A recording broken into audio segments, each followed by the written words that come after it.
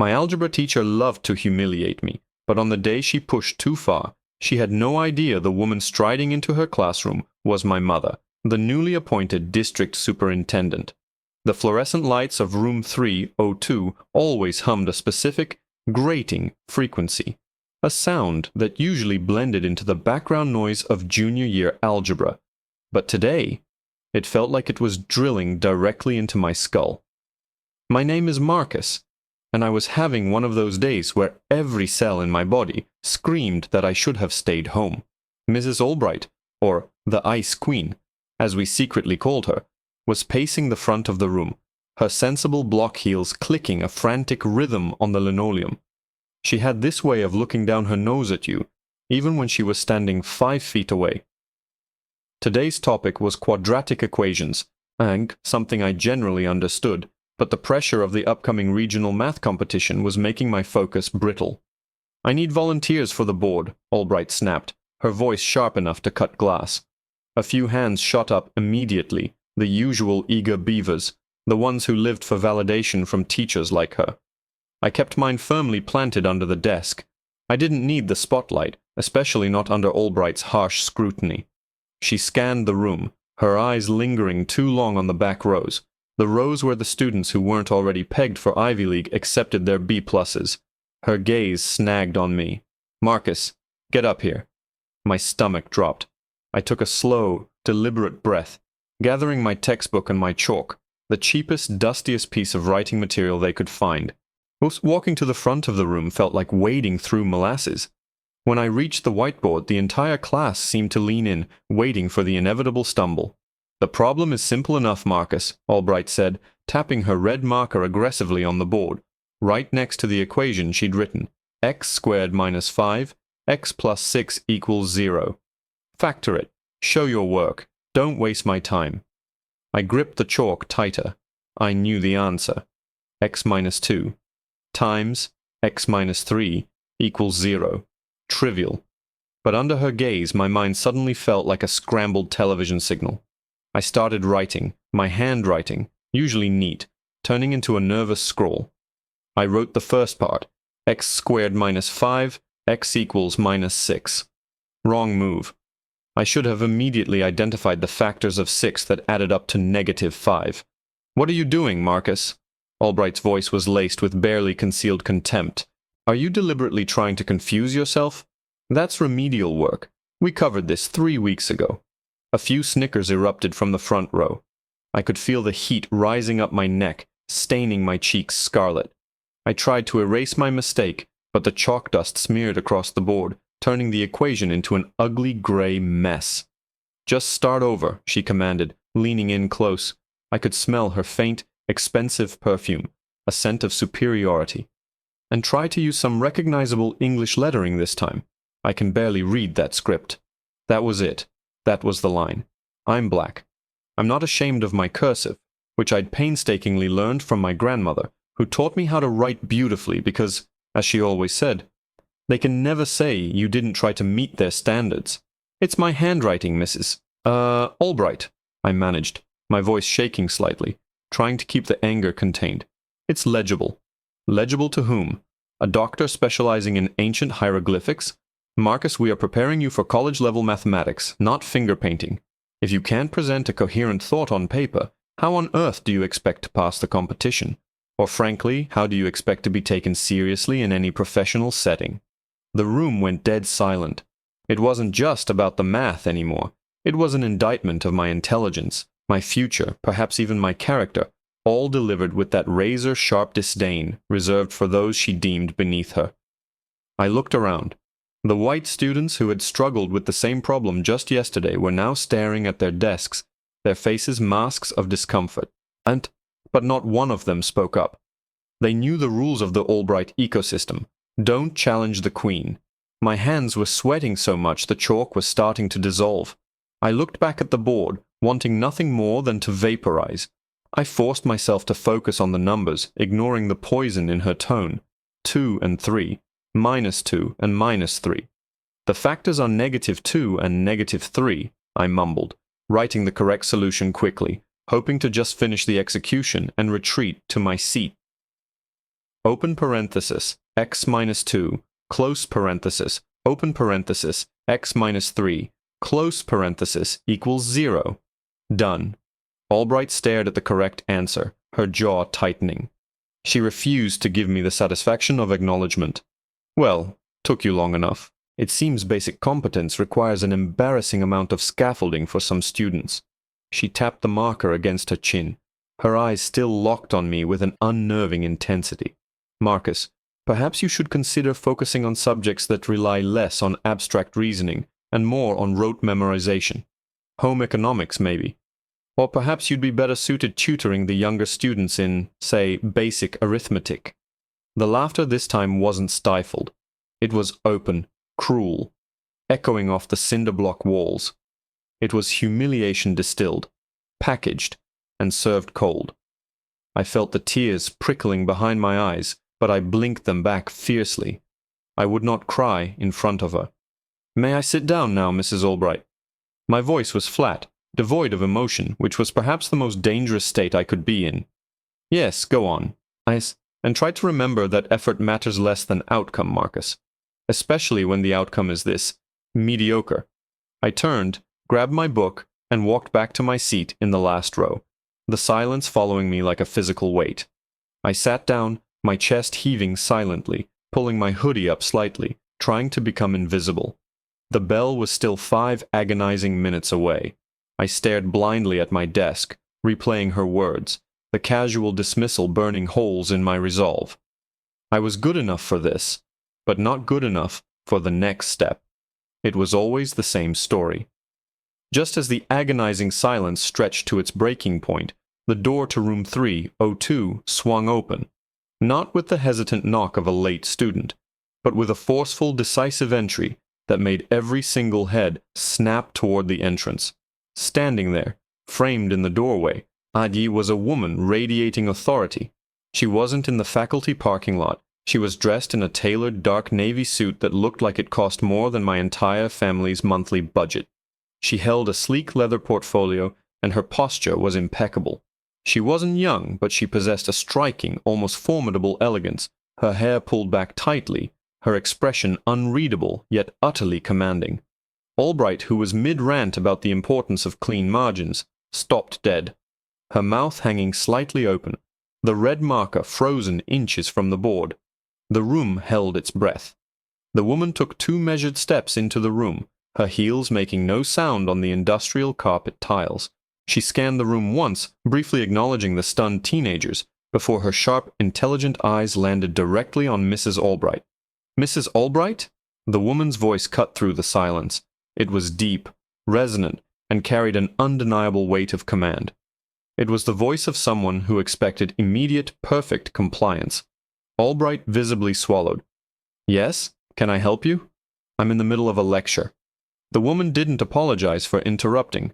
She simply looked from Albright down to the mess of chalk dust on the board where I had failed, and then her gaze drifted slowly, deliberately, toward the back of the room. Her expression shifted. The command didn't leave her eyes, but something else settled there, a hardening, a sudden, profound stillness. Her eyes found me. Oh, they stayed there for a beat that felt like an eternity, piercing through the fog of my shame. Then she turned back to Mrs. Albright, a tiny, almost imperceptible hardening around her mouth. "I'm sure you are," the woman replied, her tone dripping with irony. She tapped the leather portfolio once. "My name is Dr. Evelyn Reed. I'm the new district superintendent, and I believe you were just giving my son, Marcus, some career advice." The silence that followed Dr. Reed's introduction was absolute. It wasn't just quiet. It was the kind of silence that swallows sound, the air thick and unmoving. Mrs. Albright, the Ice Queen, the woman who ruled room 302 with an iron fist wrapped in silk gloves, looked as if she had suddenly been confronted by a firing squad. Her face, usually set in that mask of patronizing superiority, crumbled, and her carefully constructed composure dissolving into a patchy crimson flush that mirrored mine had moments before. "Superintendent Reed," Albright managed, her voice a strained whisper, high-pitched and unsteady. She fumbled for the red marker, dropping it onto the floor with a clatter that sounded like a gunshot in the stillness. I wasn't aware you were visiting the site today. And Marcus. He's my student, of course. Dr. Reed didn't move, didn't blink. She held Albright's gaze, a silent, powerful interrogation happening across 10 feet of empty space. Marcus, my mother, had always been fierce, but seeing her wield that professional power in this context against the woman who had just tried to shatter my confidence was breathtaking. Indeed, Marcus is your student, my mother agreed, her voice now carrying just enough volume to reach the back rows without shouting. It was calm, measured, and infinitely more terrifying than Albright's aggression. And as I understand it, you were just counseling him on which vocational tracks might better suit his aptitude. Albright opened her mouth, then closed it again, apparently unable to find the appropriate level of subservience or deception required for the moment. The other students were frozen, little statues of teenage anxiety, realizing they were witnessing the sudden, violent dethroning of their local authority figure. My mother slowly shifted her weight, finally allowing her gaze to sweep past Albright and settle on me again. This time the look wasn't just recognition. It was a deep, assessing study. It was the look she gave me when I came home with a problem, calm, analytical, waiting for the facts. Marcus, she said, using my first name, which instantly drew the attention of the entire room back to me.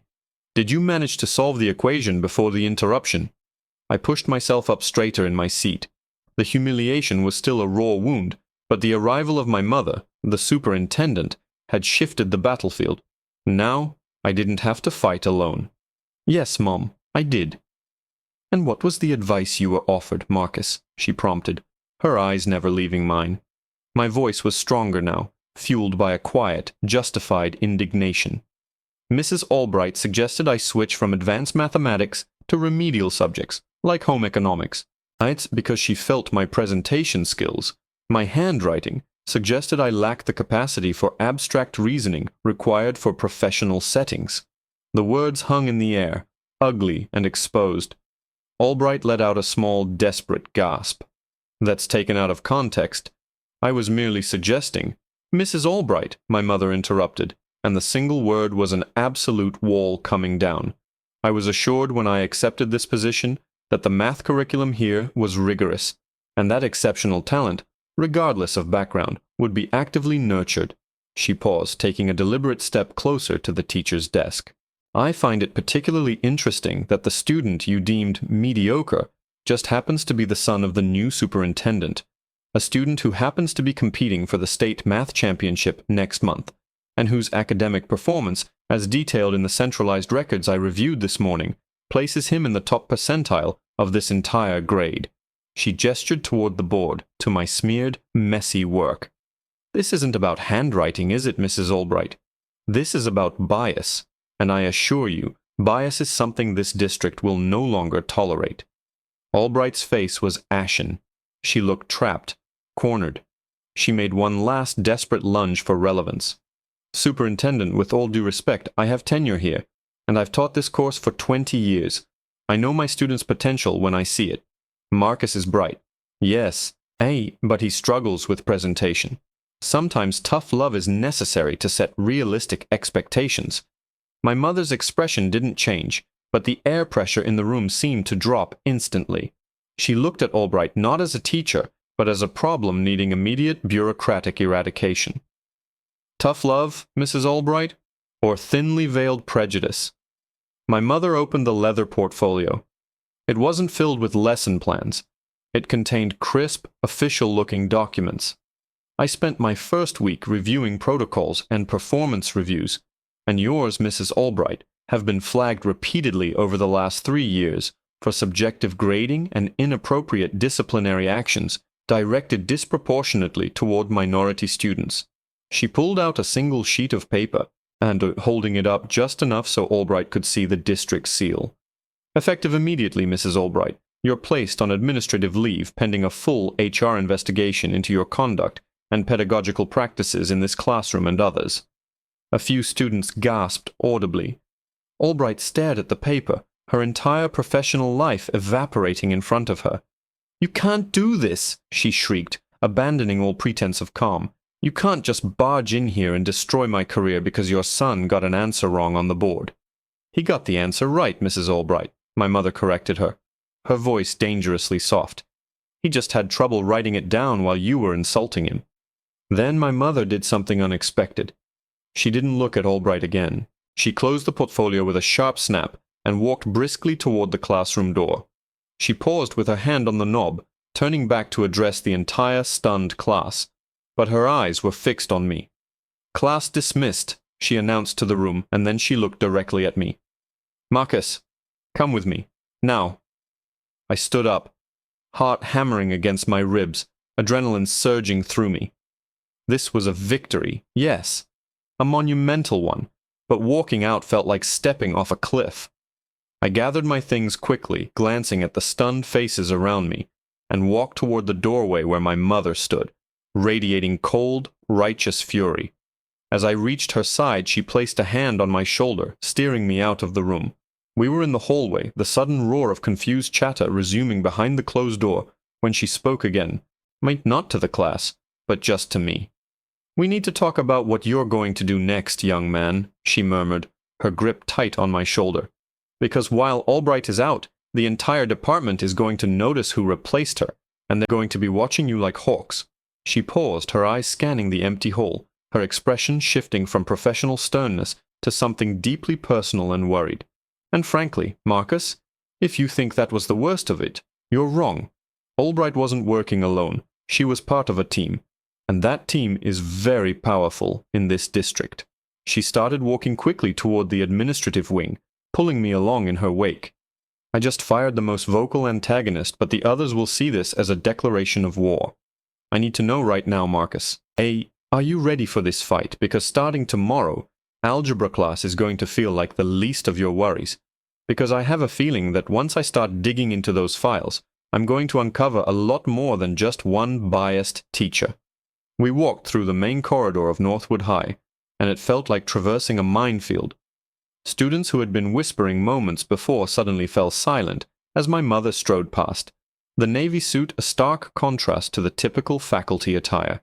They didn't look at her with awe. They looked at her with the sudden, terrified realization that the established order had just been violently shaken.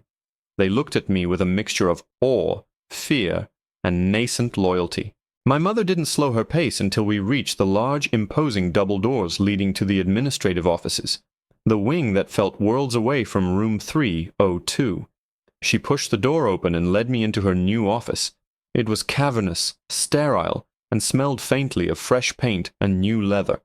A massive mahogany desk dominated the room, currently bare save for a stack of thick binders labeled Year 1 Initiatives. She closed the door, the sound echoing with finality, and finally released my shoulder. She walked over to the floor-to-ceiling window, looking out over the sprawling athletic fields. "Sit down, Marcus," she instructed, gesturing toward a plush visitor's chair that looked far too comfortable for an emergency consultation. I sat, my mind reeling. Albright's dismissal was monumental, but my mother's pivot, from correcting one injustice to preparing for systemic warfare, was terrifying. "What did you mean about a team?" I asked, my voice barely a croak. "Who else is involved?" She turned from the window, her expression grim. "When I took this job, I was promised a clean slate. I was promised institutional cooperation. But Albright wasn't an anomaly, Marcus. She was a symptom. The HR files I reviewed this morning, the ones I specifically asked to expedite, show a pattern of complaints against several tenured staff members in the math and science departments. Complaints that were routinely dismissed, buried, or simply logged as resolved without any follow-up action." She walked to her desk and picked up the top binder. It was heavy. They were protecting their own. When I saw Albright's pattern targeting students of color, and students I know are high-achieving based on preliminary data, it confirmed my suspicion that the rot goes deeper than just one teacher's bad attitude. "But why me?" I pressed. "Why focus on me today? I messed up the board, but I've always gotten A's in math." This felt personal, even for her. My mother sighed, running a hand over her perfectly smooth forehead. "That's what I need to know, Marcus, and that's what we're going to find out. Because I saw the look on her face when she realized you were my son. It wasn't just surprise, it was panic. Panic that her leverage was gone. She sat down opposite me, leaning forward intently. I need to be completely honest with you. I pushed her out today because she drew first blood against you. That was a necessary tactical move to establish control and show the faculty I am serious about equity. But it's only the first battle. If they were working together, if they were covering for each other, the next moves they make won't be public humiliation. They'll be administrative sabotage. She opened the binder, flipping through charts and statistics at a speed that made my head spin. I need access to the competition materials, the selection process, the proctors, the grading rubric for the regional finals. If they're protecting Albright, they might be rigging the field for the students she was encouraging, the ones she wanted to succeed. The competition is next Saturday, I murmured, realizing the gravity of the timeline. Ethan Miller is the favorite. He's the one always sitting in the front row, and always praising Albright. Ethan Miller, my mother repeated, typing the name into a desktop computer with swift, practiced movements. A file opened instantly. Good. We have a target. But Marcus, this is where it gets dangerous for us both. If I start pulling strings to investigate Ethan Miller's entry or the integrity of the math department, everyone will know exactly why Albright was fired. They'll know I'm using my office to defend you. She spun the monitor slightly so I could see the screen.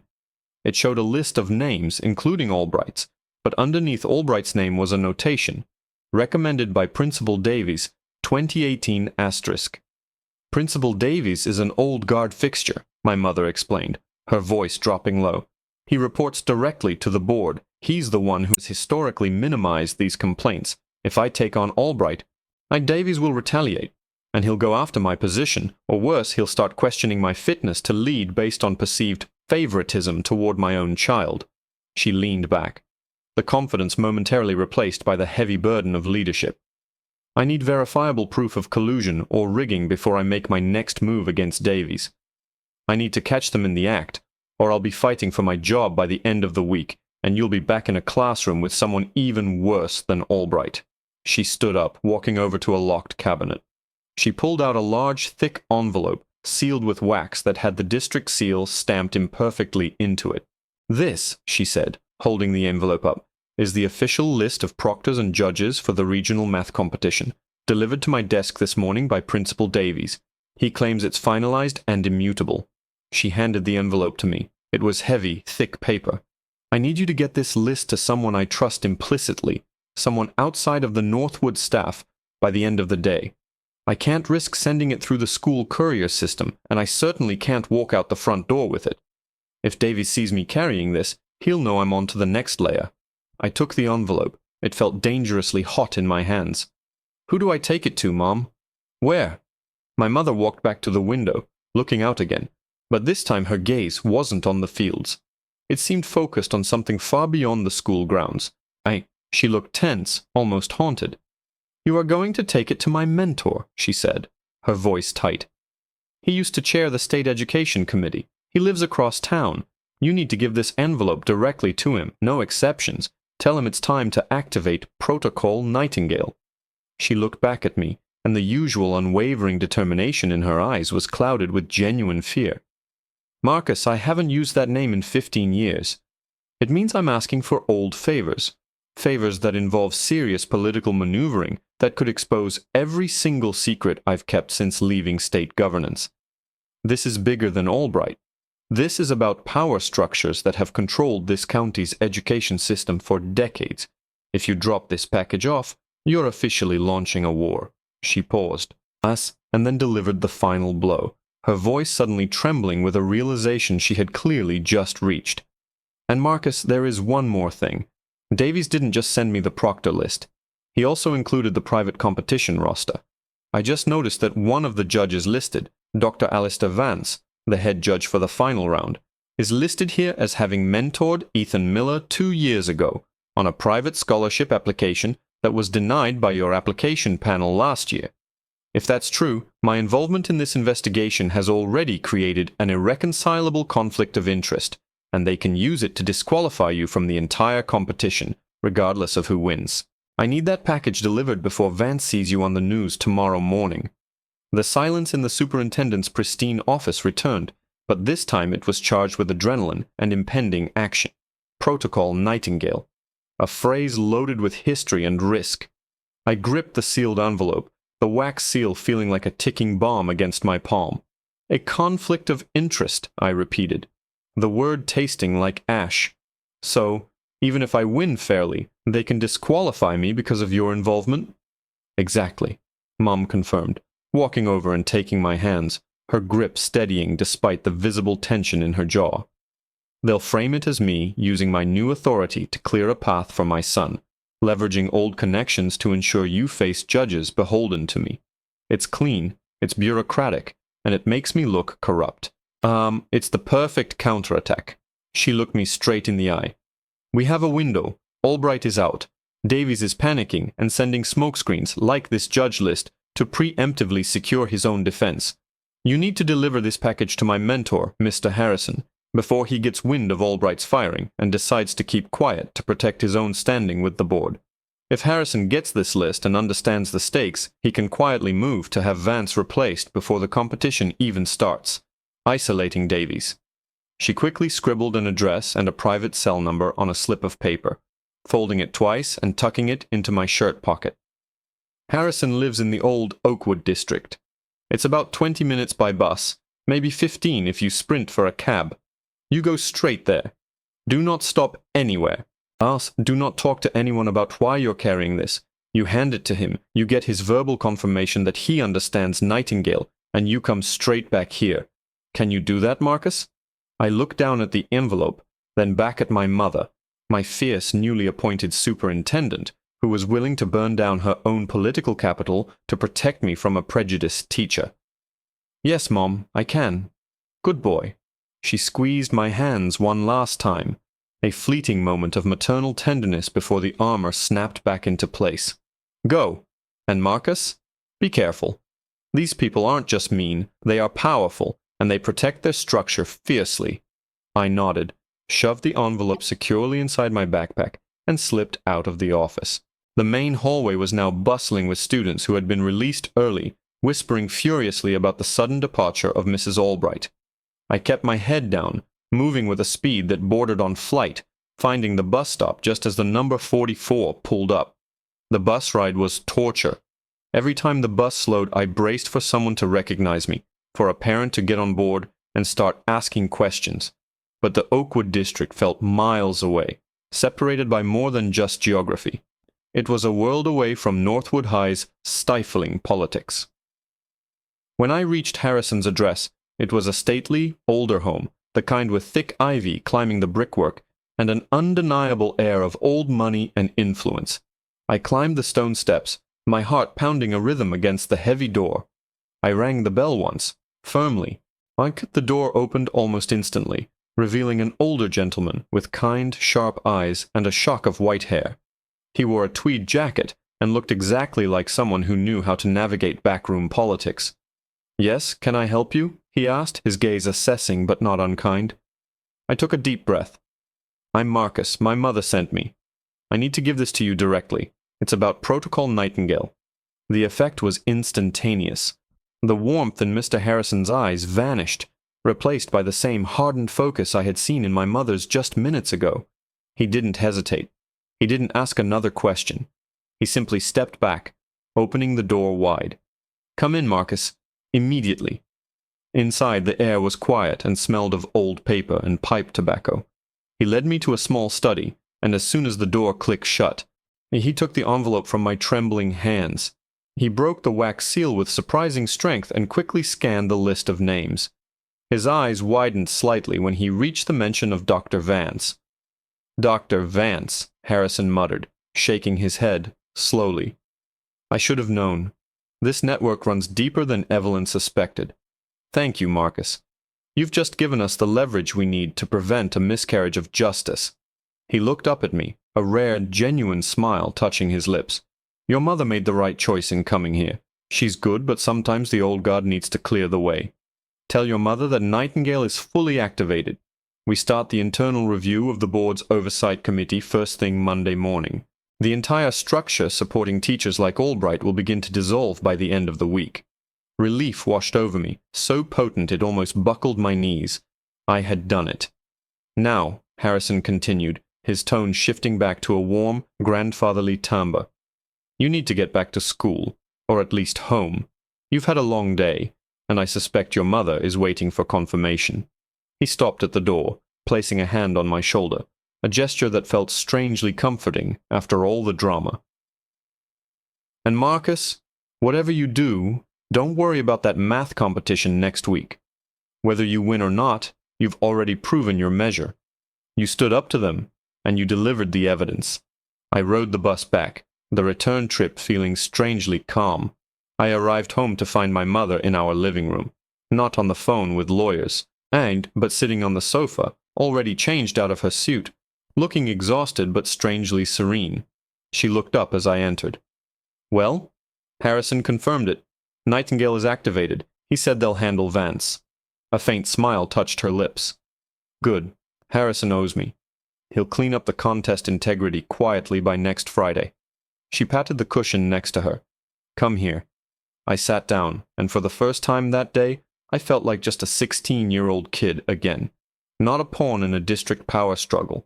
The truth is, Marcus, she confessed, leaning her head back against the sofa, I didn't just fire Albright because she insulted you.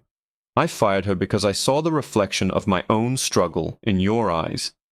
I fought those battles in the South 30 years ago, and I got tired of losing ground only to see my children face the same prejudice repackaged. I came here to change the system, not just to survive it. She took my hand. Albright was the spark.